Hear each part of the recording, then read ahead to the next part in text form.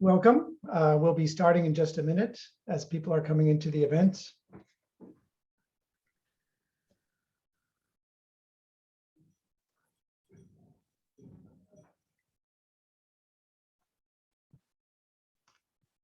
Good afternoon. Welcome. We'll be starting in just 1 minute as we allow people to join the event.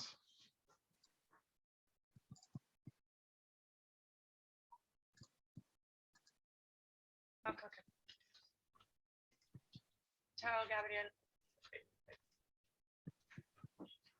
Okay, I think we'll get started. Hello. Welcome to this, what I think will be a very interesting and important discussion today about procurement, accessibility, and in a more inclusive COVID recovery in Europe.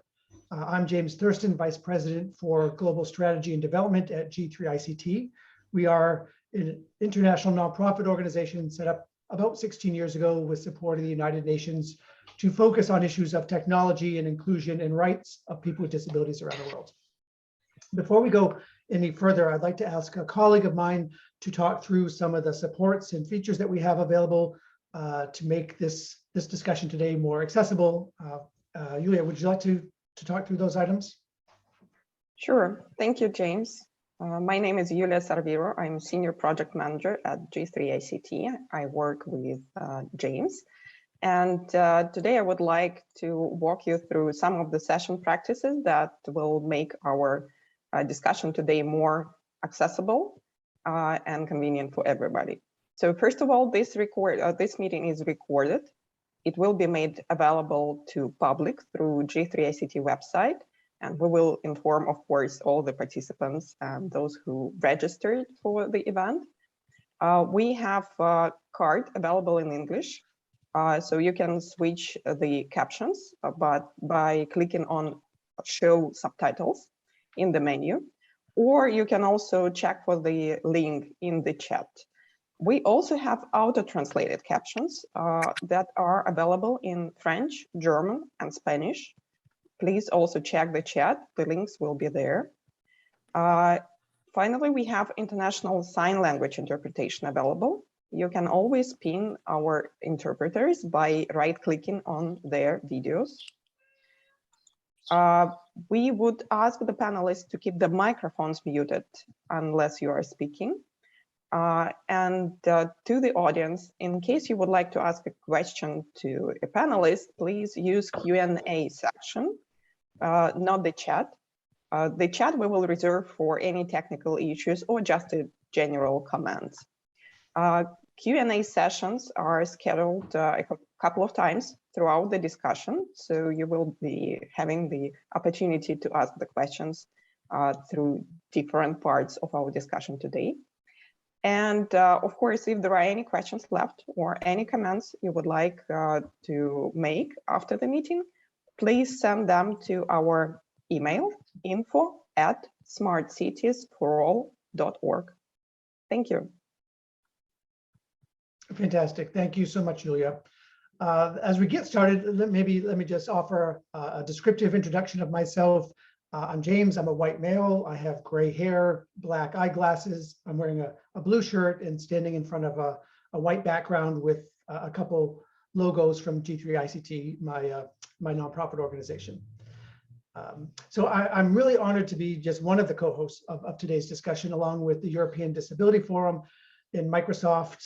We've partnered with these two organizations for some time now, really, on a series of roundtable discussions about how governments in Europe can use their procurement processes and use standards and their enormous purchasing power to advance greater accessibility and inclusion for people with disabilities across Europe.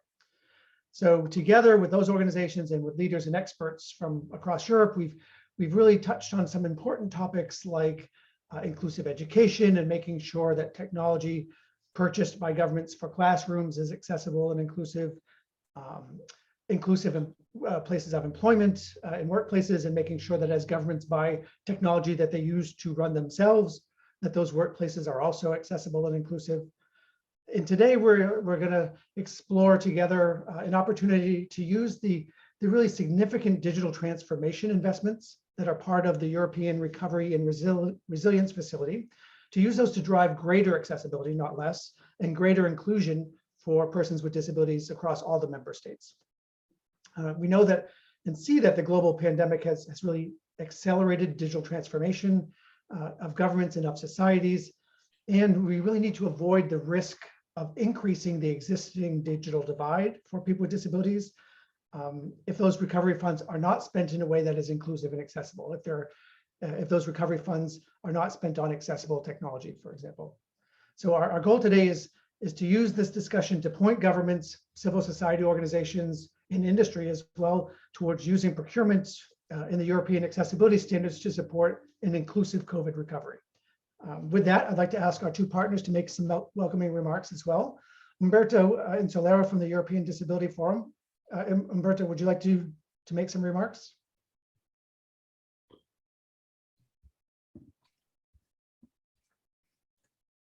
Great, thank you and good afternoon to everyone. My name is Humberto Insolera.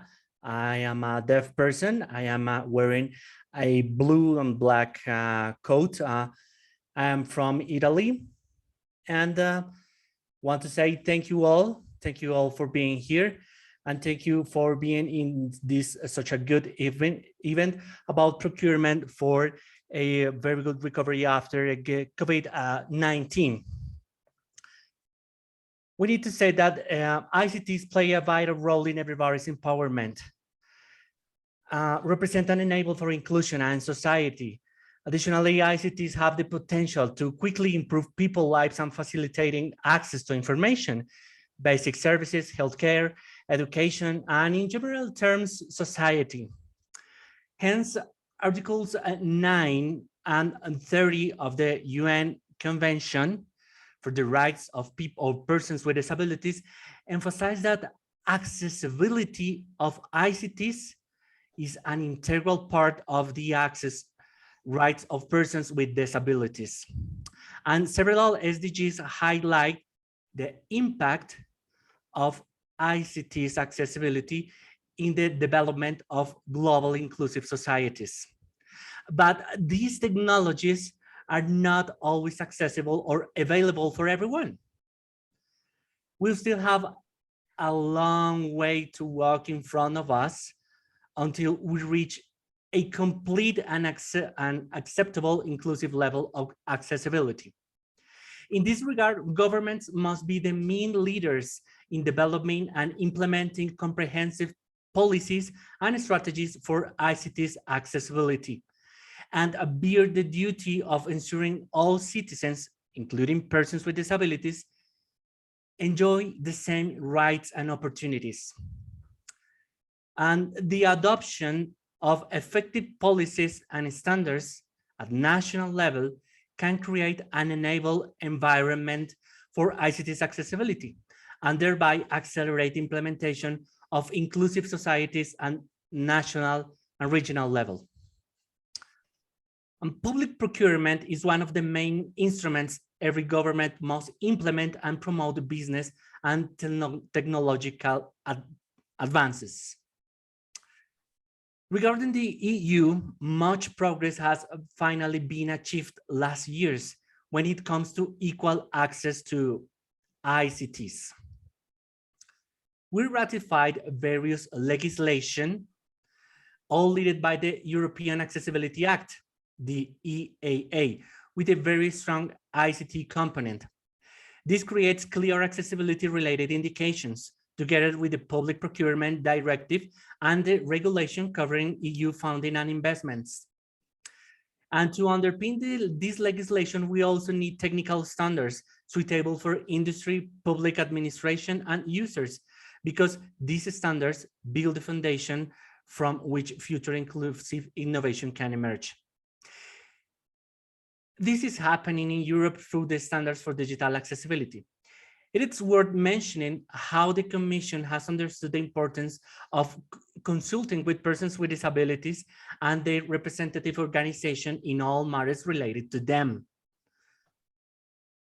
A relevant example is one of the main flagship initiatives of European Disability Rights Strategy 2021 and 2030, the creation of a knowledge center known as Accessible EU, in which national and international experts will exchange information and conduct trainings on accessible standards. Now it is more important than ever, in addition to dreadful situation brought by COVID-19 to millions of persons with disabilities. The pandemic also catapulted our societies into a more digital life, which in principle should have also made a more equal access to persons with disabilities.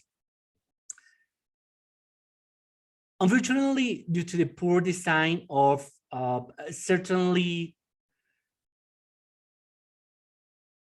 technologies and wrong choices of certain public authorities and companies, instead of benefiting from this digital opportunity, many persons with disabilities still face barriers preventing them from studying and working remotely or communicating with family and friends or accessible culture and leisure through ICTs.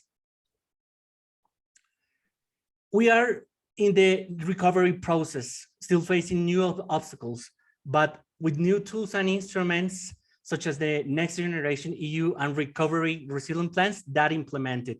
I wish you all to achieve this goal soon and wish you all fruitful discussions during this conference. Humberto, thank you very much for those remarks and really for the partnership between G3ICT with EDF. I think it's great that you start this discussion today by focusing on the importance of policy instruments and on technical standards when it comes to inclusion and accessibility. So thank you very much for that. Our other partner in these conversations about procurement by governments in Europe and accessibility and inclusion for some time now has been Microsoft. And I'd like to ask Asa Kaunistola to make some welcoming remarks. Thank you, James. Yes, I'm Asa Kaunistola, Director at Microsoft European Government Affairs, leading accessibility policy. I'm wearing spectacles and a shirt with blue checks. I'm indeed also delighted that G3ICT and EDF are organizing such a timely and important event today. This is possible thanks to our long-lasting and successful partnership with these two great organizations. We at Microsoft seek to support our customers and partners to an inclusive and accessible digital transformation for all. This is actually very much in accordance with our mission to empower every person and organization in the planet to achieve more. And now it is indeed very crucial to ensure that Europe's recovery is inclusive and that people with disabilities are fully benefiting from it. There is a unique opportunity to use the digital transformation investments and recovery and resilience facility to bridge the digital divide. Today, we shall discuss how governments, civil society organizations, and industry can use procurement to support inclusive investments in digital transformation. As well, it has mentioned here, not to forget about the standard for accessibility. Equally importantly, we will also hear about the role of procurement in Europe's digital transformation as member states themselves implement their national recovery funds and ensure the inclusion of people with disabilities. We are very much looking forward to the discussion that certainly will prove to be interesting, given the group of experts joining us, including those representing European Commission, ONCE, and the Belgian Disability Forum. Finally, my colleagues Jeremy Rollison and Silvia Mestres will discuss more closely the role that industry can play in support greater accessibility and give an update on the EU's RRF digital inclusion commitments. G3ICT and EDF, thank you very much for convening this event and for our good cooperation as always. Over to you, James. Asa, thank you very much. And again, I know as we do work on these issues of accessibility and procurement around the world, really in Europe, it's really useful to have industry, to have technology vendors like Microsoft in particular, expressing your support for wanting to compete and innovate based on accessibility. So we appreciate your partnership and your support from Microsoft. Okay, so let's begin. For the first part of this conversation today, we'll get an overview of and discussion of the European Recovery and Resilience Facility. And to start, we're really fortunate to have with us Félix Poirier. He's from the European Commission Recovery and Resilience Task Force. And Félix, it would be great if you could share with us maybe an overview of the facility and how it deals with digital transformation and even with persons with disabilities and inclusion. Thank you very much, James, and good afternoon to all of you. So as you said, my name is Félix Poirier. I am a 30 years old white male, and I am French, but today presenting in English, of course, with a bit of a French accent. And I'm very glad to talk to you today about the Recovery and Resilience Facility, which is the tool that the Union gave to itself in order to recover and to recover stronger from the COVID crisis.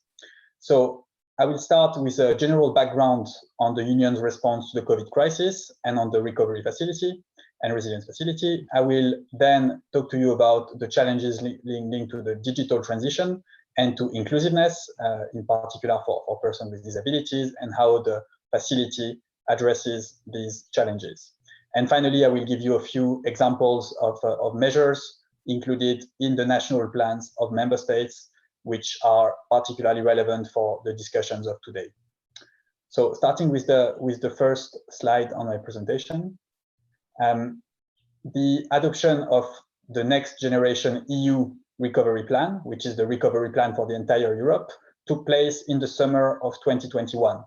It was basically the move from the management of the COVID crisis, when we were rather in a crisis management mode, to the new focus on recovery and resilience for the future of the Union, for its member states and for its citizens. And within Next Generation EU, the Recovery and Resilience Facility was established, and it was an unprecedented instrument at the Union level. Moving to the next slide, I will give you a bit more elements about the facility. So first of all, it is unprecedented when it comes to its size, because it goes up to 672.5 billion euros to be given to member states in the form of grants on the one hand and loans on the other hand. And it creates a set of criteria for the national plans to be accepted. I will not go through all of them, but maybe two which are of particular importance for the facility are the objectives of covering at least 37% of investments in order to support the green transition, and particularly relevant for today's discussion, a 20% objective of contribution to the digital transition that is ongoing in Europe and in the world. So going to the next slide, today, as of today, we have already 26 national plans out of 28, which have been endorsed by the Commission, meaning that the Commission has found that these plans do fulfill the requirements of the regulation on the facility. And therefore, these plans are now already in the phase of being implemented. And there are still two plans which are currently being discussed with Netherlands and Hungary before they can be adopted by the Council and the Commission. Going to the next slide, I would like to spend a bit more time on the digital transition. It is one of the key objectives of the facility, and that is why there is an obligation for member states to dedicate at least 20% of their envelope to the digital transition.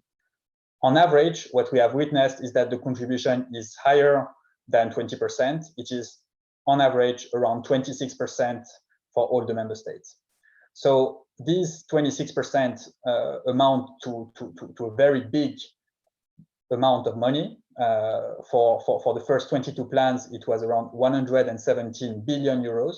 So this is an unprecedented effort to support the digital transition. And they go to a number of key investments in a large variety of fields. In particular, I would mention the digitalization of public administration and of public services. So, for instance, there is in many plans a focus on ensuring that public services can be more inclusive and accessible for people with disabilities, and there are plenty of investments supporting this objective.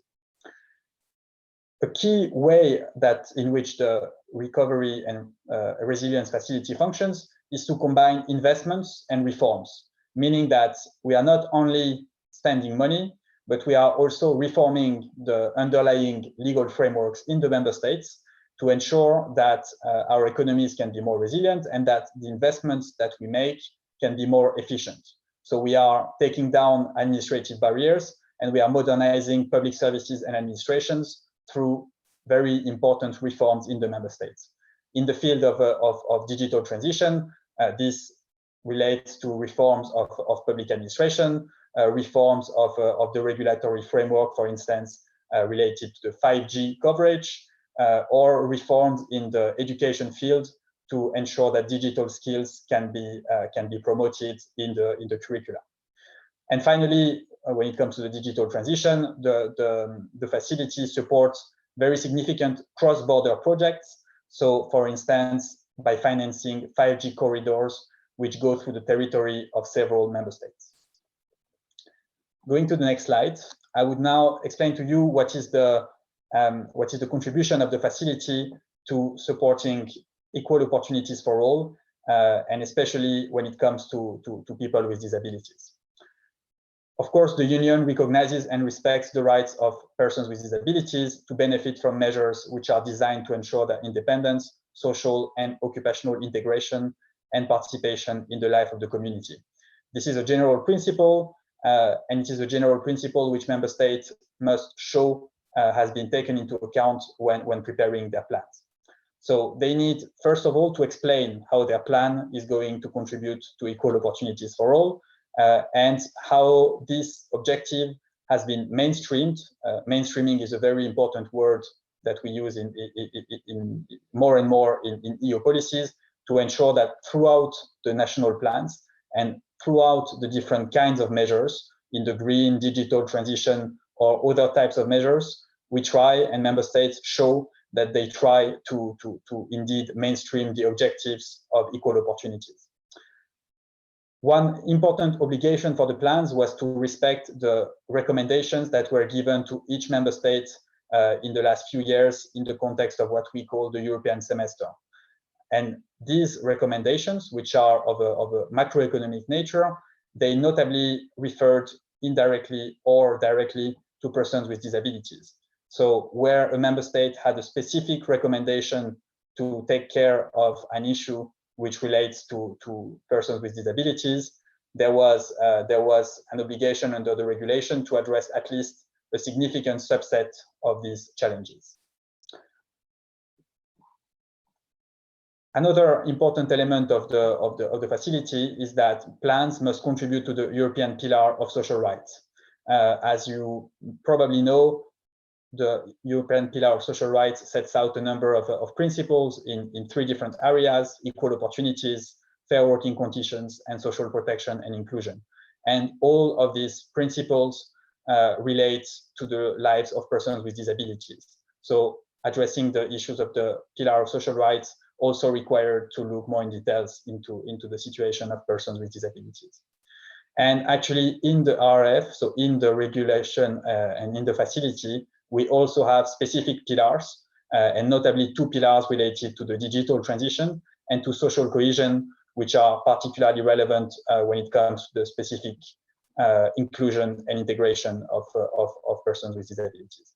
And finally, I wanted to stress that we are now at the implementation stage for most of the plans. So they have been adopted, they have been validated, but the contribution that they will have to promoting equal opportunities and the extent to which they will be inclusive in the way that they are implemented will depend on how they are implemented in practice. So we have encouraged, as the European Commission, member states to put in place an inclusive process to monitor the implementation of the plans, and notably by including the NGOs promoting the inclusion of vulnerable groups in the process of the implementation. We have also encouraged member states to produce data disaggregated by groups, such as by numbers of people with disabilities, in order to see what is the actual impact on the ground. And based on this implementation, there will be a number of reporting tools that will be put in place. And notably, we have put in place a dedicated website, which is the Recovery and Resilience Scoreboard, which displays the progress of implementation of national plans on that website.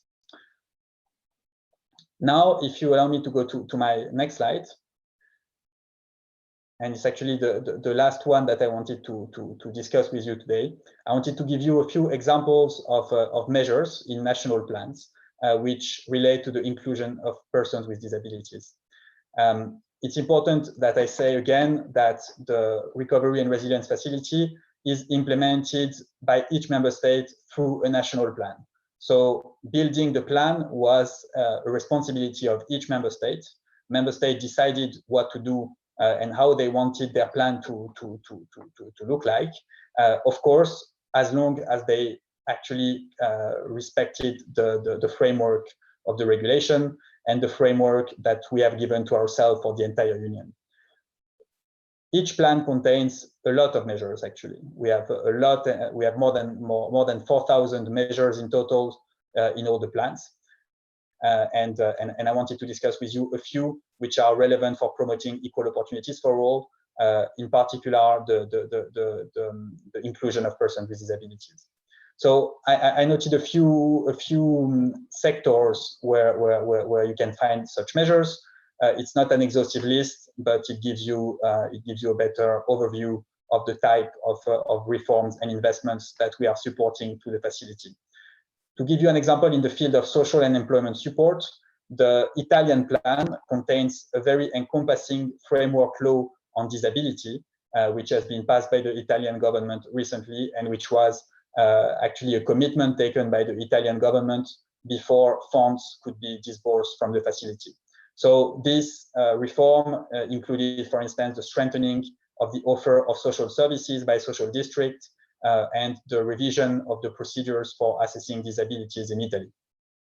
In Belgium, so in the Belgian plan, in the field of employment support, the plan foresees the specific bonus scheme, so a scheme providing a bonus to support employers in the recruitment of job seekers with disabilities. In the field of education and skills, we have plenty of measures which are either directly or indirectly relevant. In the Romanian plan, to give you one, there is a development of inclusive educational resources, and including digital resources, which are meant to support the inclusion of pupils with disability. In the Spanish plan, there is a comprehensive reform of the university system, and notably an improvement of the inclusion of students with disabilities and reinforced scholarships to encourage them to take part in university studies.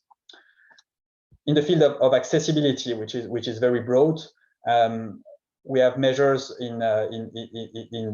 for the accessibility both of buildings and the accessibility of transport.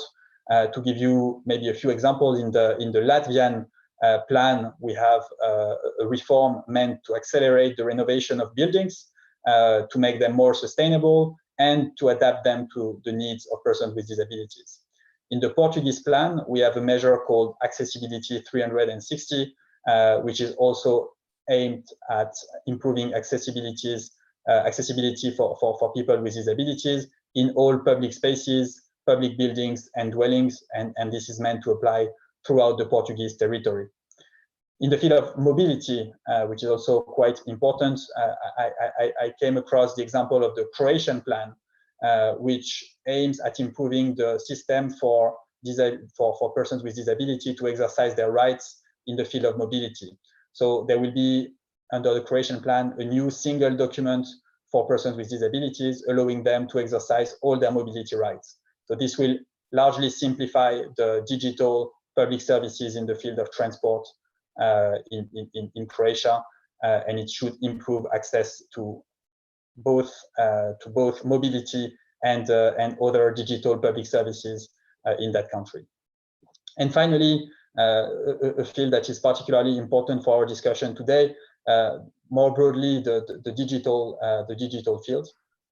I came across maybe the most relevant examples that I could identify in our national plans when it comes to notably public procurement in the field of digital, and in a way that can be inclusive. One very good example is in the Latvian plan, where there will be actually already in 2023 a call for tender that will be launched in order to find innovative solutions to ensure better communication opportunities for people with disabilities. So there will be a new IT system that will be procured, and it shall meet all the requirements of the Internet Accessibility Directive. And this, of course, will be important to improve access to online tools and public services in Latvia. Also in the Latvian plan, actually, there is an objective and a target, what we call a target in our national plans, of making a large part of the cultural resources available through the national online public platform in a way that is suitable for persons with disabilities. And what we will do as European Commission will be to check that these objectives are fulfilled, and we will only disburse money from the Recovery and Resilience Facility if the objectives that are laid out in the plans are actually fulfilled. To give you maybe one more and one last example, I would mention the Spanish plan, which aims at improving the accessibility of persons with disabilities to public services, with a focus on improving cognitive accessibility in communication with public authorities. So there will be a number of investments in the websites that need to be created. There will be, of course, procurements to ensure that these websites are done in the best possible way. And there will be a number of RD&I research projects, so research and development projects, which will be funded in the area of cognitive accessibility. These are just a few examples of all the measures that we have in the plans. As I told you, in total, there are more than 4,000 of them. And many of them can be directly or indirectly relevant. What is important, and it comes at the bottom of my slide, is that the stakeholders need to be involved in the process in order to achieve the most sustainable and inclusive recovery possible in Europe. So we, as European Commission, encourage member states and stakeholders to actively cooperate with each other to ensure that the measures are implemented in a way that best ensures their inclusiveness. And so we will continue to do that, and we continue to underline the importance of this involvement, which is also why we are very happy that we are invited to speak today, and which is also why we want to encourage you to continue your efforts and your outreach, not only to the European Commission, but also to national authorities, because the implementation of the plans is just starting, and your involvement will be essential to maximize the impact of the facility. So thank you very much, and I am of course very happy to reply to any question that you may have. Thank you very much. Félix, thank you so much for a really useful summary of the facility, and in particular, thank you for pointing out some of the specific country plans and some aspects that are really relevant to this topic of accessible and inclusive digital transformation as part of the facility. I think it's really interesting to hear from you that the member state plans are exceeding the 20% minimum investment in digital transformation, and really the enormous investment in the digitization of public services in particular. It really makes clear the important role of procurement in purchasing and accessibility that we're discussing today. So thank you for helping to set the stage for the conversation. We'll be hearing from you in a bit as well. Maybe to build on that really great overview from Félix, it would be useful, I think, to hear from you, Jeremy Rollison from Microsoft, and really useful to hear how, from an industry perspective, what do you see as, or what could be the opportunities for digital transformation as part of the facility?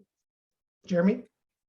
Thank you, James, and thanks for the chance to be here. For everyone's awareness, I'm a middle-aged white man with short hair. I work here in Microsoft's European Government Affairs office, and I manage the Twin Transition team. So we have borrowed some of the language from the European Commission to structure the team that we have here in the office. And as you can imagine in that title, our team's portfolio of policy engagement is focused on the digital transformation that we see happening across our different customer segments, certainly being accelerated in Europe.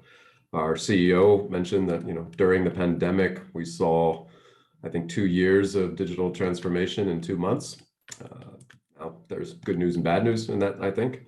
And then increasingly, we're talking about the green transition that many of our customers and other stakeholders are engaged in. So really bringing together those two transitions and the building back better that the plans are aimed at achieving, I think that's capturing more and more of our attention in our day-to-day policy outreach, which focuses on things ranging from industrial data policy to trade policy, tax policy, consumer policy, and of course, accessibility.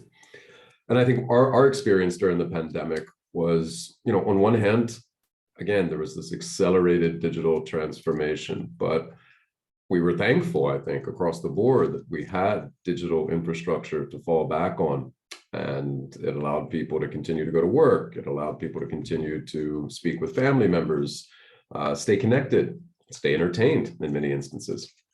But I think the experience was much, much different for those who were more isolated, either through lack of access to some of that technology, lack of connectivity possibilities, lack of some of the skills that might sometimes be underestimated that are needed for leveraging some of these new digital tools. So we looked at some of the divides, I think, that were already present before the pandemic.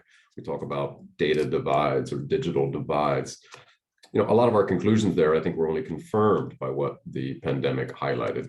On one hand, I think we're all thankful there was digital technologies that could be there to mitigate some of the isolation effects of the pandemic. But on the other hand, it highlighted where some of those divides are most pronounced. And I really did appreciate Félix's presentation, because I think there's a number of examples that I wanted to touch upon. I think we're really, really pleased as a digital company, of course, to see the emphasis in the plans on the digital transformation objectives. I think we're also very pleased to see the emphasis on sustainability. And of course, the plans also focused a lot on inclusion, and again, addressing maybe that divide point that I was mentioning earlier. I think where I was going to intervene a bit today is, where I think, and I know Félix doesn't take this the wrong way, I think there may have been a small missed opportunity to be even more explicit about the criteria for accessibility and persons with disabilities. I think there's a lot of reference to inclusion in the context of plans, which is appropriate. And, again, when I'm talking about divides, we think of, rural communities that, weren't connected in the same way as cities and others, education systems that didn't have the same level of infrastructure, the same level of technology. But the divides go much, much bigger than that. And I think it's been exciting to hear Félix's presentation about the ways that member states are acknowledging that inclusion reference in a much broader fashion and really bringing in projects aimed at addressing those divides that impacted persons with disabilities, perhaps disproportionately during the pandemic. We talked a lot about those who were left behind during the pandemic, workers who were displaced, professions that were displaced, new skills that needed to be learned and achieved, ranging from office environments to educators to hairdressers and across the board.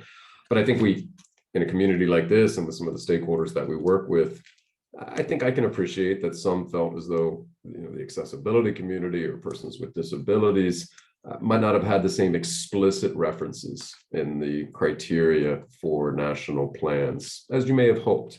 But I was really heartened by a lot of what Félix shared is what he's seeing in the plans coming from national member states, that they're picking up on that priority and the Commission has picked up on it. So I'm actually really encouraged after your presentation, Félix. So thank you again for that, because we focus a lot on some of the connectivity priorities. Of course, at Microsoft, we focus on the digital transformation priorities and increasingly the sustainability priorities. But it's really customers of ours that are engaged in these plans at national levels. It's not Microsoft. They may be building things on our technologies and getting up to speed with some of our solutions, but it's manufacturing customers, it's partners in all kinds of different sectors, and especially in the sustainability context and in a skilling context and education context, where more and more of our local partners are trying to leverage this opportunity to drive some of those outcomes. But the key word for me in the pandemic was really just the divides that were highlighted. Many of those we were aware of before, and I think the pandemic confirmed it. So I think the Commission has even said that many of its ambitions and objectives in a digital transformation context, in a digital sovereignty context, were only confirmed by the pandemic. Now is the time to accelerate much of that, especially on the sustainability front, and again, on that transformation front. But as James said at the outset, I think the main message from today is, amidst that opportunity, that we want to be inclusive, that we want to be building back better and accelerating some of those goals and closing those divides that we were aware of. I think this particular angle is one that, again, I think stakeholders could be forgiven for thinking maybe there could have been some more explicit references and criteria put in place. But I also want to reflect what I think Félix just shared. I really do think it's fantastic to see, whether it's in an education context, whether it's in a skilling context and lifelong learning, or it's access to resources and technologies, some of the standards that were referenced there. I think it's really great news if member states are taking that on board and reflecting that in the plan. So look forward to hearing more about some of those rollouts, and hopefully we can share some stories from our side about what some of those best practices might look like.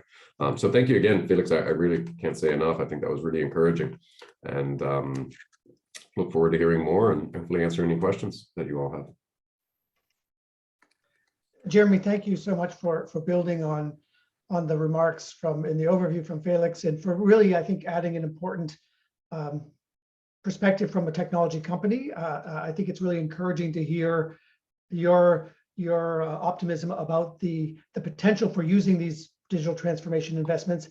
And frankly, from a civil society perspective, even a little unexpected to hear you pushing so hard on maybe doing better on the inclusion and accessibility aspects of those investments. So that's great to hear. And we'll be able to discuss a little bit more later on in the program today, some specific steps on how we do that with both Félix and Jeremy and some others. But next, we've heard and gotten a good sense of the facility and the digital transformation investments and inclusion requirements. I think next what we really want to do is start to explore the importance of accessibility and digital inclusion as part of the facility and as part of those digital transformation plans and investments, importantly. So here I'd like to ask Silvia Mestres of Microsoft to facilitate a conversation among some leaders from the European disability organizations. Silvia, would you like to jump in? Absolutely. Thank you, James. And thank you for having me here. I'm a middle-aged, white, extra white woman based in Southern Europe, in Barcelona, actually. And this webinar is about three of my passions. So accessibility, or people with disabilities. I was a Fundación 11 worker myself for 5 years, a long time ago. I'm in EU funds management for all my professional career, and I'm in a technology company. So this is the best place to be at the moment, right? So let me quickly introduce the speakers we have in the room today. So we have Alvaro Couceiro from European Disability Forum, and from a national disability organization, we have Olivier Magritte from the Belgian Disability Forum, and Almudena Alcaide from Fundación 11 in Spain. Maybe they want to share themselves who they are before we kick off. So Alvaro? Yeah, I can start. Thank you so much, Silvia. My name is Alvaro Couceiro. I'm a 30-year-old white male as well. And yes, I work for the European Disability Forum, which for those who know it, is a network of around 100 organizations of persons with disabilities that defend their interest of the 100 million persons with disabilities in the European Union. And we work for the implementation of the Convention of the Rights of Persons with Disabilities. That includes, of course, working for to ensure that new technologies are available, affordable, and accessible. So that's why we're here. Thank you, Alvaro. Almudena, please go Hi. ahead. Yes, hi, this is Almudena. I'm a white blondish lady with glasses in my early 50s, based in Madrid, and I'm currently responsible for the research and development group at Fundación 11. And thank you very much for having me here and also representing Fundación 11. Olivier, the floor is yours. You're on mute. I always forget to switch on. So I'm Olivier Magritte. I work for the Belgian Disability Forum. I'm a male.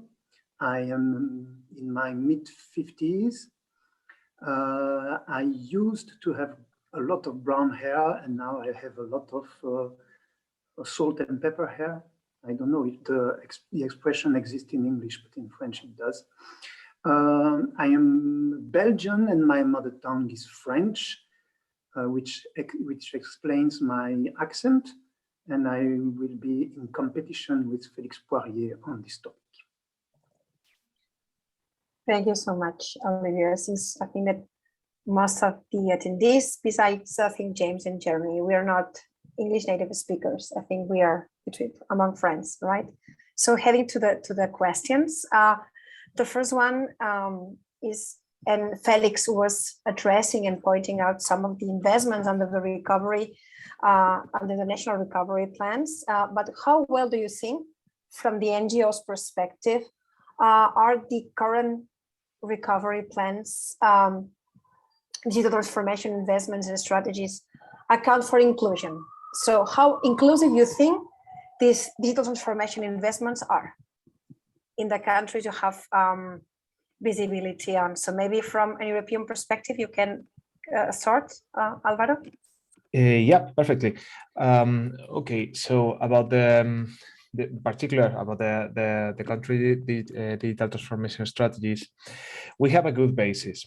This is a turning point. It's going to be really important for the next years. We have a good basis both from the legislative scope and as well for the involvement of companies and organizations. Because as Félix explained before, we needed both investments into accessible technologies and as well reforms of the existing context at national levels. So we have a good basis because there has been a long, really good progress last years. We have the Accessibility Act, which applies to EU funding, and that includes recovery and resilience funds. This Accessibility Act contains specific accessibility requirements for ICT that are supported by the most advanced technical norm, which was named by Humberto Insolera in the beginning, is the European standard EN 301-549, which is applied. And we also have the Public Procurement Directive from 2014, as we were speaking about this, that makes it mandatory to include accessibility in the technical specifications for every call of tenders through the Article 42. And this is very important. It allows to use accessibility as an award criteria. This can be really useful. And last but not least, of course, we have the accessibility requirements of the Common Provision Regulations for the period 2021-2027. This conforms a very comprehensive legal acquis that says that we believe a correct basis for our advocacy objective. That means that the investments that the European Union is planning for these next years are accessible, of course, in every sense, but in particular, we're speaking about ICT, and also that it helps reform the actual grounds that we're working on. For example, it was mentioned before the Web Accessibility Directive, how now every public administration in Europe it has to make accessible communications and accessible contact with the public sphere. So many countries have already made clear that they will both invest directly into accessibility plans, as Félix explained, or that they will ensure that they fulfill the accessibility requirements, the accessibility criteria set in the regulations. We're starting to assess through our national members, as Olivier, that these investments are, as well as the public procurement that is set, are supported. We cannot control yet with indicators that are present if this is fulfilled. We'll have to do it ourselves, and eventually we'll try to analyze every plan. But the best way will be in the future to check if this is being solved. We have seen in the past problems with accessibility, for example, about the built environment through EU funding. We have seen problems about investments into employment or training that were not inclusive to persons with disabilities. We'll try to make sure that this doesn't happen with investment related to ICT. Thank you, Alvaro. What about the Belgian Plan de Relance? Olivier, what do you think? How inclusive it is? So yeah, about Belgian situation, I will speak mainly of the implementation process, and the answer is no. It will not pay enough attention to the situation, the inclusion of persons with disabilities, or at least it will go too slowly, and it will not go deep or precise. It will not be precise enough. About what we did, practically, the Belgian Disability Forum did write to Belgian government last year in November or December to know how the government would use this huge amount of money from the Recovery and Resilience Fund facility, sorry. And we insisted on several points for the digital inclusion of persons with disabilities. We had to write and write and write again, and we and our members had to insist in meetings and so on a lot. And finally, end of March, we had the formal answer. And the answer was almost this. It was, don't worry, we have a very good knowledge of the needs of all publics, and especially of the needs of persons with disabilities, and it will be fully taken into account. So, you know, I work in the field of disability for 40 years. I have regular meetings with persons with disabilities, and almost every week I learn new things about their needs. So I was really amazed to see that a minister could have such a perfectly full and clear knowledge of the situation. Sorry to be bittersweet. No. This is crystal how clear. It's how it goes for the implementation. It all has to be done in 6 months. And how can you cope with all the elements? And how can you cope with the situation of the weakest? So this implementation will almost certainly be based on the situation of the strongest. And the weakest will be forgotten. And that's the main risk with this process, which is a huge change in a very, very small time. In fact, according to our experience about implementation of EU directives in Belgium, the Belgian governments always strictly limit to the content of the directive. They never adapt anything related to the Belgian situation. They just take it exactly like it is, well, like it was discussed at European level. In some way, Belgium is forgetting its own role and putting itself under the direction of EU. And they often say, oh, it's not us. It's the EU decision. Sorry, I make movements. Don't worry. Must be a little bit Italian. So, yeah. Yes. Let me rearrange a bit the panel, and I will go towards the last question, because your reply drives me to ask you how the Belgian Disability Forum is going to monitor. I didn't think of it. Yeah. Okay. Okay, how you will be monitoring the compliance by the national and regional governments, because in Belgium, the regions have a lot of weight in implementing the national plans. How will you be monitoring the implementation of the plans being compliant with accessibility? You want me to answer principles to and priorities? Yeah. I how will you be monitoring? We will come to it later, maybe. No, actually. No. I jump to the last one then. Okay. Yeah. But we will go on insisting and insisting. We will work with our technical colleagues from organizations that have expertise in these fields, so Insolera and Gamma, for instance. And for the rest, we want to have a close work together with organizations that are in close situations, such as organization of elderly and alphabetization organizations. Right now, the government has its own disability plan that's brand new for Belgium, and we are working on it, and it's part of it. So we are discussing regularly on it, and we are bringing back this subject regularly. Yeah, that's how we can act. We cannot go really further. Thank you, Olivier. Well, sorry for.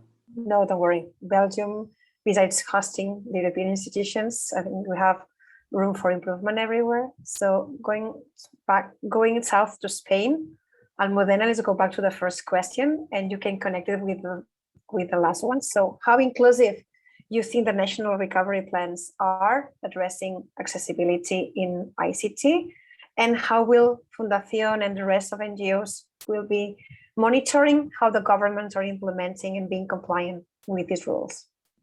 Okay, thank you.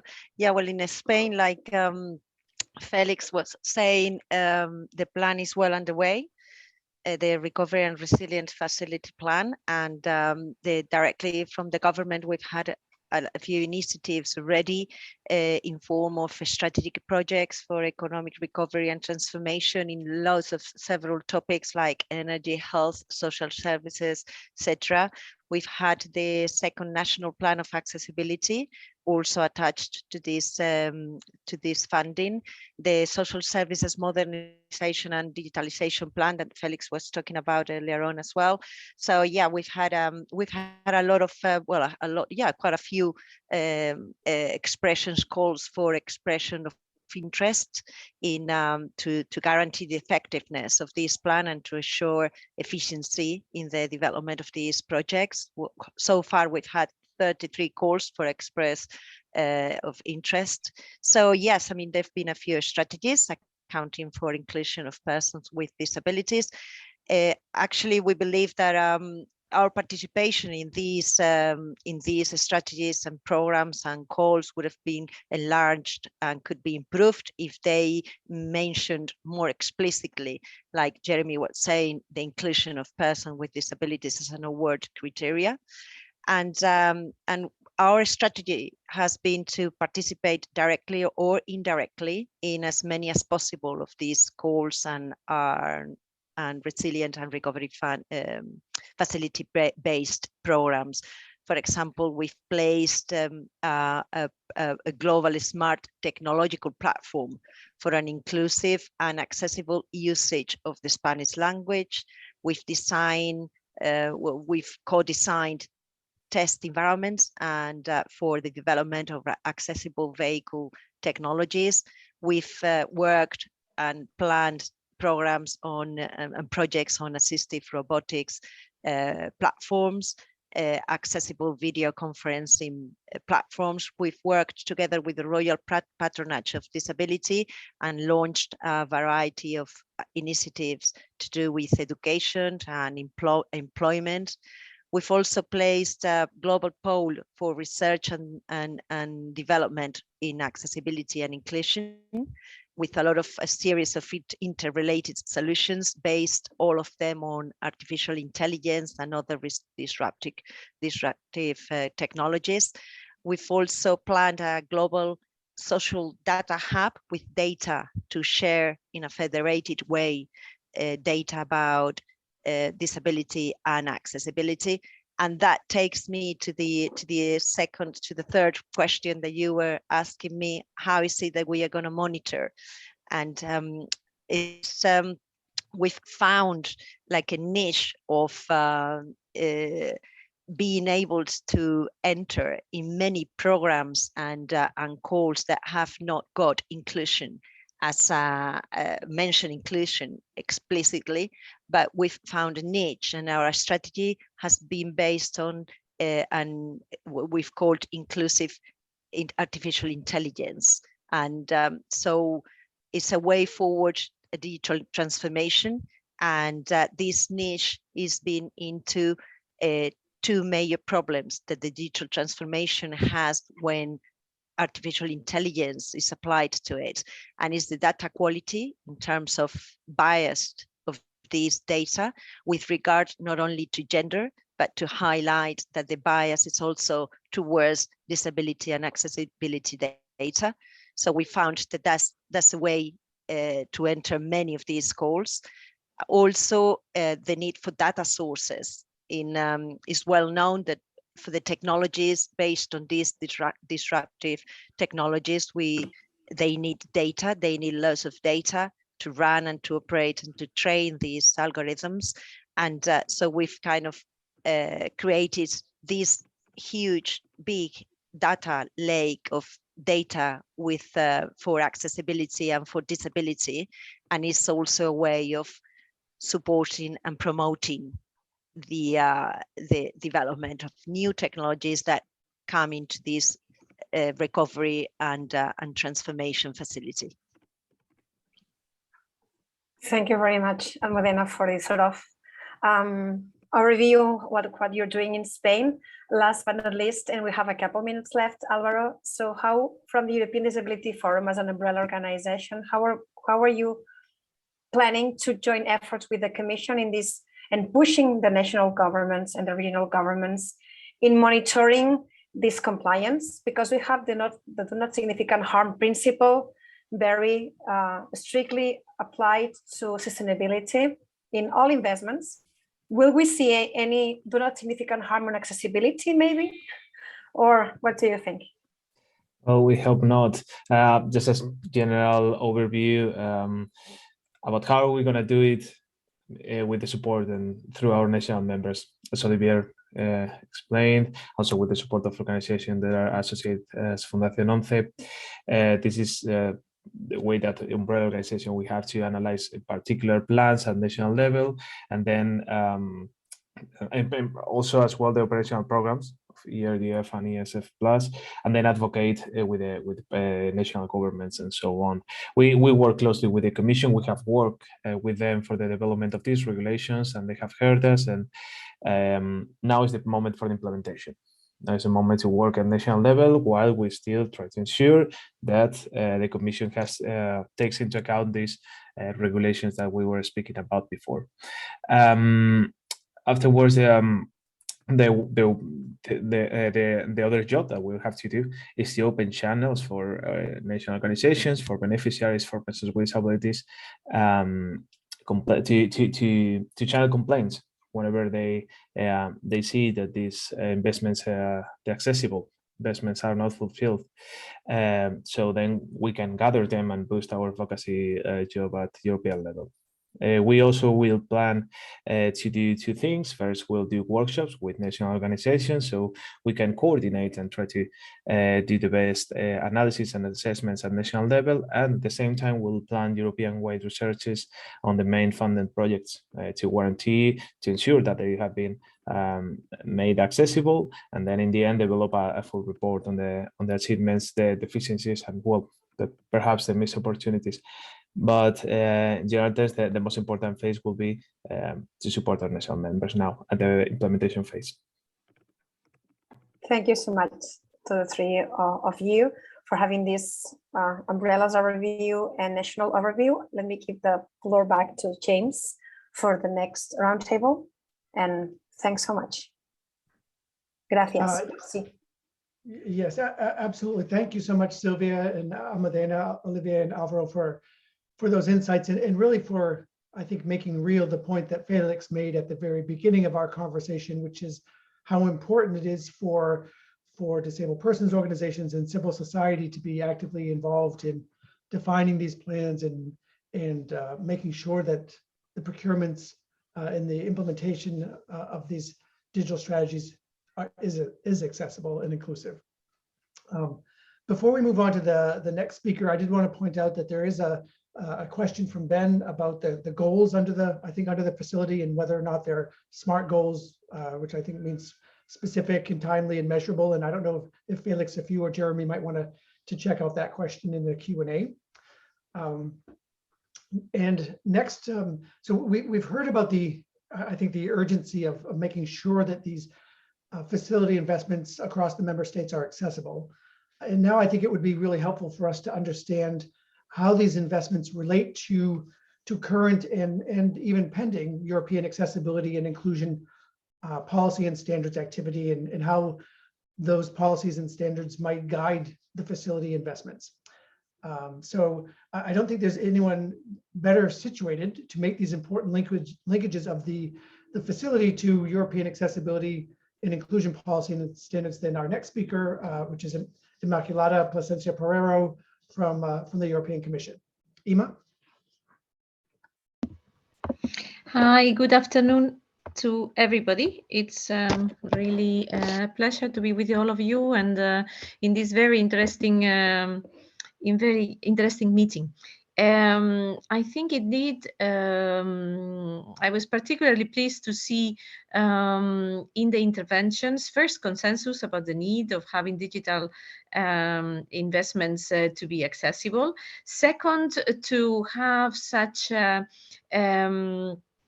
also consensus around the instruments that we have been putting in place during these years, the legislation and the standards. And third, the fact that we have some good examples in some member states. We are aware that not all the plans and all investments are accessible. I mean, it's something that it is clear.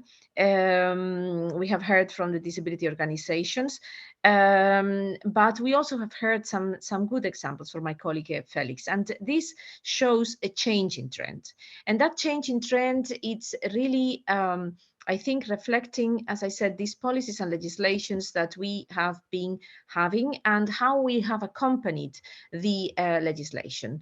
So let me start by saying that in relation to the recovery and resilience plans, the Commission issued some guidance to the member state, indicating what aspects to cover. And there, Félix referred already to the general clause on gender equality and equal opportunities for all, where it has a specific reference to accessibility.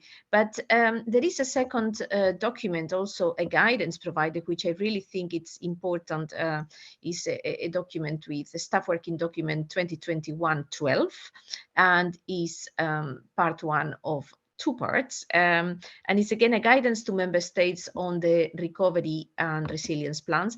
And there you can see that we have been explicit about how to implement these equal opportunities for all, and there are explicit references to non-discrimination in the basis of disability, on the ground on disability, among others, but also the fact that the rights of persons with disabilities must be respected in line with the convention, and also specifically references to accessibility has been included. I have to admit, as some of the previous speakers have said, that this regulation is not as explicit as, for example, the regulation on share management funds, where there is a specific article requiring to ensure accessibility in all the stages of spending the funds. But we are bringing together a number of instruments in these processes. We have the many of this work will be falling under the public procurement directives, and in the public procurement directives already for some time we have an obligation to buy accessible. So when these funds are going to be used through public procurement procedures, there is the obligation to do so respecting accessibility. And I would like to highlight that failure to do so, according to the remedies directive could even lead to cancellation of the calls. So this is a very serious element and a very powerful instrument. And we see really that change that Félix referred to with some good examples. However, we carried out, we had a network, we have a network of experts, and we carried out a study on looking to digital plans, digital transition plans, but also digital investment plans, to see how they would reflect the accessibility of ICT and how explicit it was in disability inclusive provisions. And the result was really disappointing, because while there were some good examples, there is no systematic inclusion of accessibility in all these plans. We will soon publish the study, and where it addresses all these plans at a national level. It also, what was also important to see is that the study also looked to disability plans to improve the situation of persons with disabilities and investments on disability strategies. And there, what we saw is also that digitalization didn't get, or accessibility in digitalization didn't really get the attention that one could expect, given the relevance of these digital transitions. So our legal framework is explicit. I think we have very good instruments to go forward. They can be strengthened, and in particular, we need to be careful that in the future, when we have new legal instruments, this issue is properly reflected. But we are now shifting our attention to implementation, to facilitate the implementation of accessibility, ICT accessibility, in this case by stakeholders. And the disability strategy that was adopted a year ago, the European Disability Strategy, makes very clear that point, and announces the launching of a center, an accessible EU center, that has as an objective the coherent and implementation of EU law and the facilitation of implementation of accessibility by stakeholders that have to do so. We are also continuing investing in the development of standards, because these standards would provide, let's say, a technical option of to implement the legislation. Yesterday, if I'm not mistaken, the draft standardization mandate, yesterday or today, is being sent now to the standardization committee in order to require standards for accompanying the European Accessibility Act. Those standards will also be usable in public procurement. The Accessibility Act refers specifically to the use of those standards in public procurement, but also in EU funds. So basically, it's the Act indicates that whenever there are references to accessibility in EU legislation, if the accessibility requirements of the Act are used, then there would be presumption of compliance with that obligation or that requirement of accessibility. And there is a specific article indicating that the standards that provide harmonization could be used also in this context. So I think that we have and we continue to work on the facilitation of implementation of accessibility. The professionalization of the work is critical because we need that technical experts would be able to implement, be knowledgeable, competent, that they have the capacity to implement accessibility, but also on the procurement side. So in the procurement side, there has been an initiative, there is an initiative ongoing on competencies for procurers, and accessibility is mentioned there. We have developed this guidance, and I would like to really recommend those involved on procurement and spending of funds through procurement to read it. It's a guidance on buying social, how to buy accessible in particular. Is wider than accessibility, but it contains really references to the legislation. It contains references to the standards and how they can be used. Critical is going to be the concept of accessibility that we are going to use, or that is going to be used in all these implementations. There is a lot of confusion still between the different concepts. What is accessibility, approach, having a universal design or a design for all approach. At the end, what we are promoting is to have EU level standards that define accessibility. In the strategy, the Commission, for example, committed to adhere to these EU level standards. Why is that? Because accessibility in legislation, accessibility in standards is at the end of the day defined by its requirements, by its provision. Accessibility is not an absolute concept. At the end, we are removing or preventing the most common barriers that persons with disabilities face. And if the standard is low, if the requirements are minimum, the result would be a limited accessibility. So we need to be ambitious on having wide requirements, tackling many barriers, as many barriers as possible, to make sure that the result of accessibility is serving the purpose, so that persons with disabilities can have equal access to products, services, facilities, infrastructures that are financed with European funds.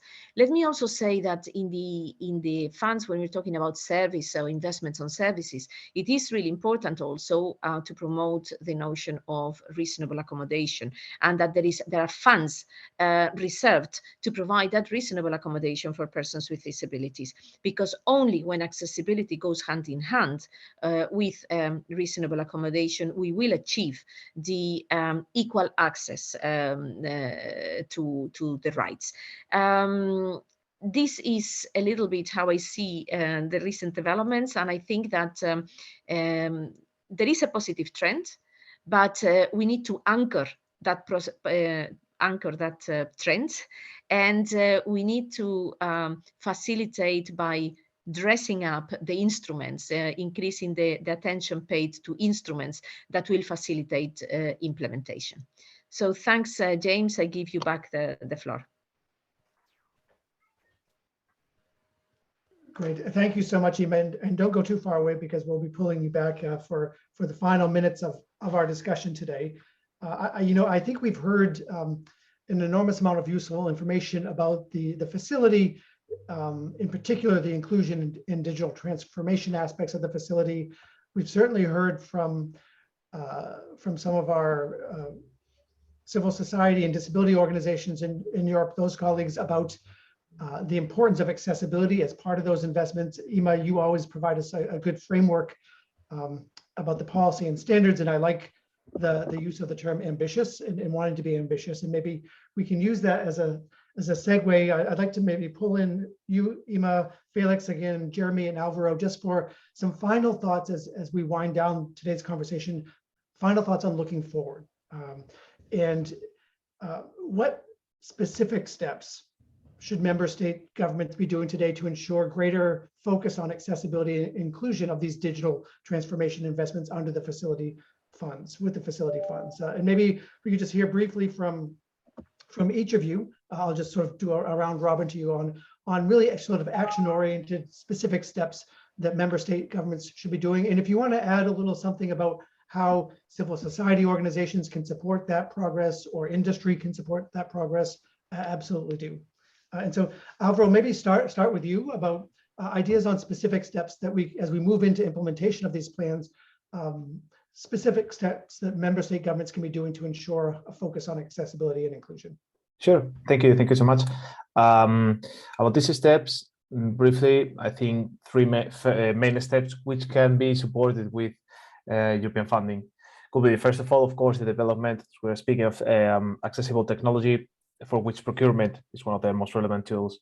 Applying the standard or proposing it as criteria helps with the harmonization, and it should be plainly a mainstream criteria for the development of accessible technology from our point of view. Then we haven't spoke about it, but invest in digital education, vocational training, and skills for persons with disabilities, together with those who are further away from the labor market. As we said, there's a huge risk of enhancing the digital gap. We spoke about the problems, and if this is not done in an inclusive way, well, we might risk losing 100 million people from there, because it's not exclusively not being able to have the same education level or higher unemployment rates, but it's truly pulling them outside of society nowadays. Member states should improve the way they apply exception with state aid regulations to allow them to benefit hiring persons with disabilities, that all together in the sector, in the digital sector. And then the last step, I think, will be together with improving training of persons with disabilities in the other skills, include accessibility, or help member states should include accessibility in the curricula of engineering, of technological careers. It's a mainstream subject to be studied. The final goal is that accessibility and therefore inclusion is always understood from the very first steps of any technological or digital development. And as I said, this can be all supported through European funding. How can we support? Well, civil society organizations, DPOs, 70% organizations, we must work hand in hand with the industry. We try to do so. This is a matter of sharing needs and receiving expertise inputs. Industry has to include persons with disabilities themselves in this development, and DPOs will understand that the industry is an ally. We must be supportive. We aim for them to be inclusive.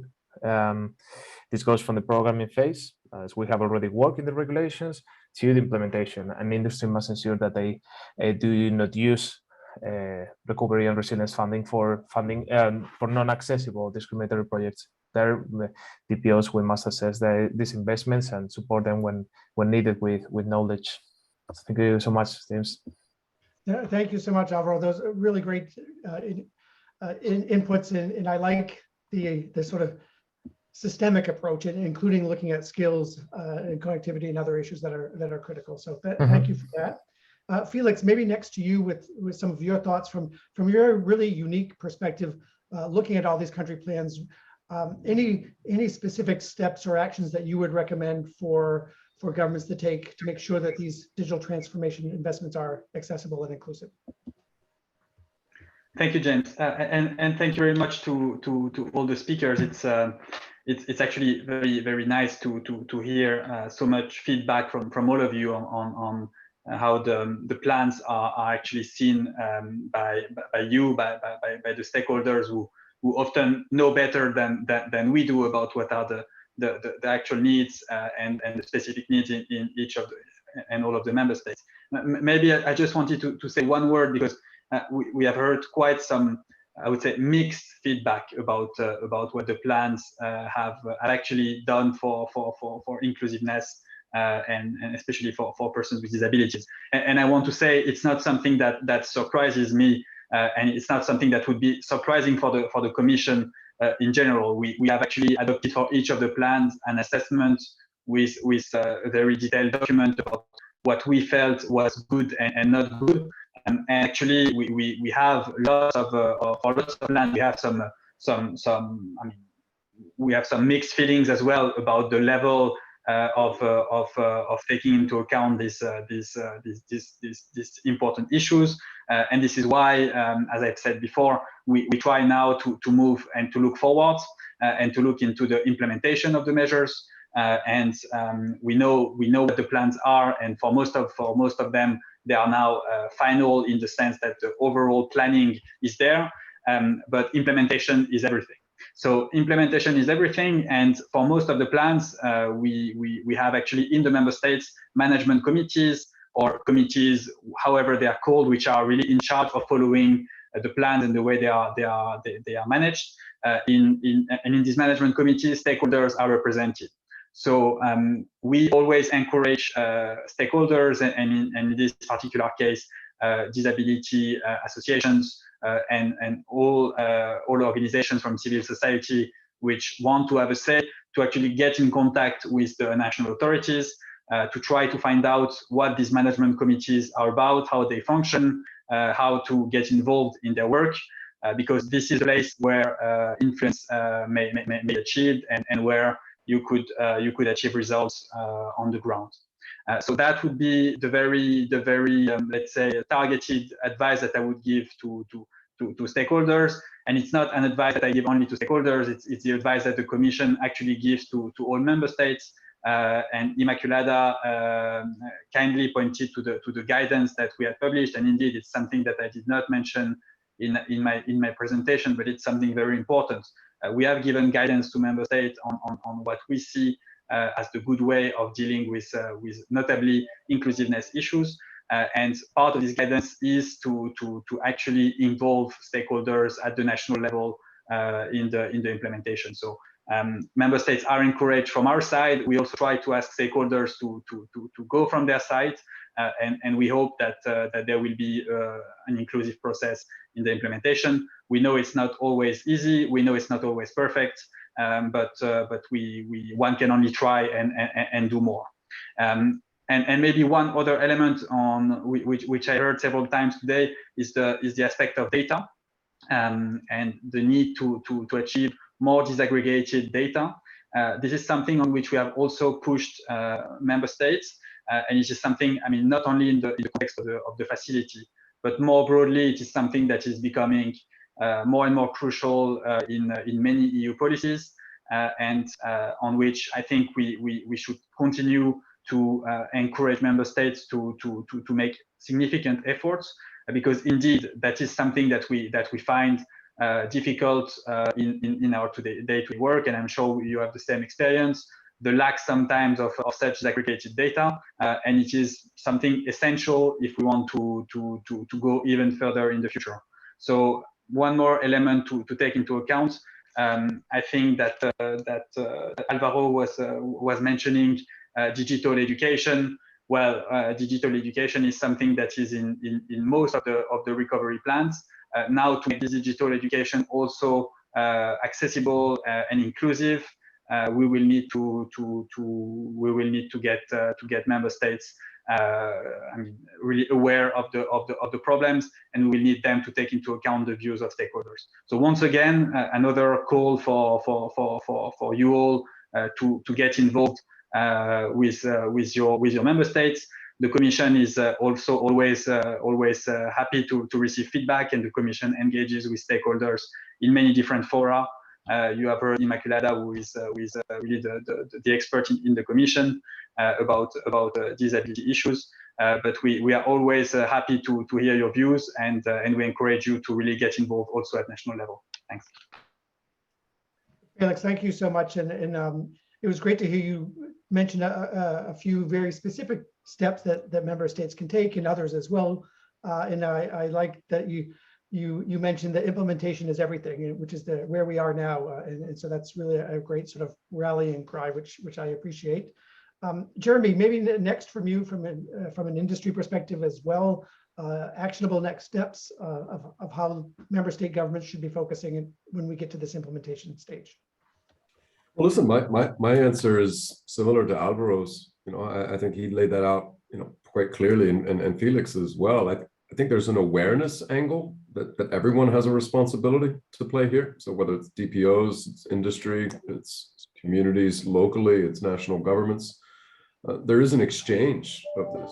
These plans are, you know, of course they're public. You know, you can see the details. I think the Commission has already highlighted some of the best practice examples, and I would kind of put more responsibility on them to continue to do that. When you see these monies being used the way they were intended and meeting the criteria, you know, we should be calling that out and highlighting it. So I think DPOs and others certainly have a role to play there. And you know, one of the things that Alvaro said, we talk a lot about skills, and as Felix said, that is a big part of the plans, particularly from the educational side of things. And you could put that into a digital context, you could put it into a lot of contexts, but there's also skills in terms of developing skills. I think of like the trainer concept comes up a lot here as well. So it's learning more about what the needs of those communities actually are, whether you're doing that with relationships with DPOs and others, or directly from those in the community. I think that's kind of one of the important things. I think explicitly, I think the Commission has done a good job prioritizing where the recovery monies are meant to be placed.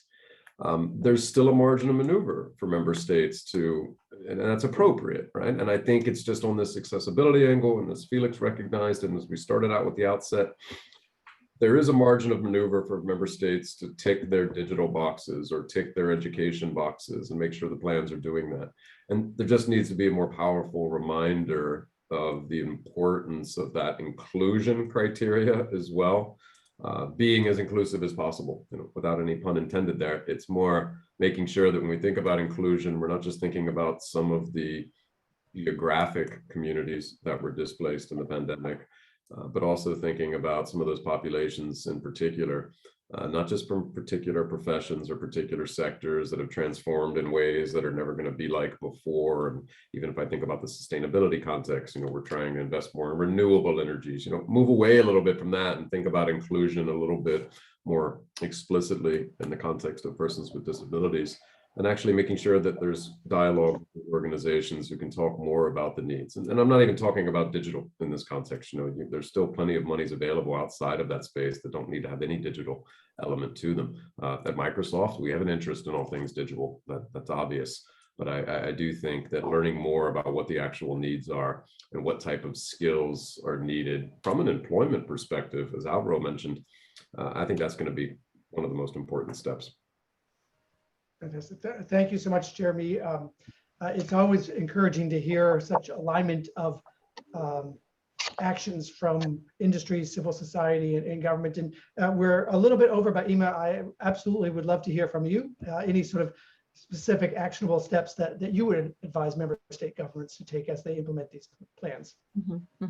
Okay, thank you. I will try to be brief because I'm very much aligned with many of the things that have been said today.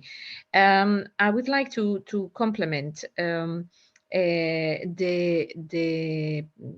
interventions by highlighting the role that legislation makes, in the sense that, well, the Accessibility Act transposition deadline is in a couple of days. So I really hope that the national laws will really make the difference, because stakeholders would, including industry, would be preparing to only put products and services in the market which are accessible. You can extend beyond the Accessibility Act to require other products and services, and this would be really, this is really a very, very important element. In relation to the training, the digital training, it is indeed essential, but I really miss, and I hope that member states will be able to react to the training in regular universities, professional trainings of digital professionals on accessibility. This must be an essential element of their education. Also involving persons with disabilities and their organizations. We are doing that at the European level. We are financing major disability organizations to be able to participate in the discussions at European level, the policy making and implementation of accessibility. Transposing the standards and making sure that these standards are available also in national languages, so that the implementation can be facilitated, is really important. And a challenge where I think it's important, we've been talking today about the digital transformation, and in that context sustainability has been coming up. But when we look to the funds, the concept of sustainability is rarely linked to the concept of accessibility, while we have social sustainability and accessibility as a key element of that. Whether it is for the digital, whether it's for the built environment, we need to have made that shift, that in order to have a sustainable development, a sustainable Europe, to create the sustainability, accessibility must be seen clearly in the agenda. Otherwise, we will not be able to get it. And my last point is to say that when we talk about digital, often we talk about the websites, we talk about some digital services, but more and more we will see, and we are seeing already, the inclusion of digital elements in the built environment, digital elements in transport as an inherent part of their work. Real-time text travel information, we're talking about environmental controllers, and they all have a user interface that needs to be accessible. So until we break the silos between, and this is what member states can do, between the different sectors, the ICT sector needs to permeate the built environment. They need to permeate the transport environment, also in accessibility, so that we really have this general accessibility experience that is well interoperable across sectors, across services, so that the user at the end is served. So a couple of additional comments to what the others have said. Thank you. Thank you so much, Ima. Thank you, all of you. We're a little bit over, so I'll be brief in winding things down here. I'd like to thank all the speakers for their leadership and also for really being so generous and sharing your perspectives and insights. Certainly thank our G3ICT staff, Julia and Bella, but also our partners from EDF and from Microsoft for this ongoing set of discussions around procurement and inclusion and accessibility. All of the participants who signed up and joined, thanks to all of you. Hopefully you found some actionable steps to take back to your countries as they begin to implement their strategies. G3ICT will be making a recording of this discussion available very shortly. And then finally, I absolutely want to thank our sign language interpreters and the captioners for helping us make this discussion today as accessible as possible. Again, thank you all very much. Please do enjoy the rest of your day. Thank you. Thank you. Bye. Thank you very much for hosting it. Thank you. Bye-bye.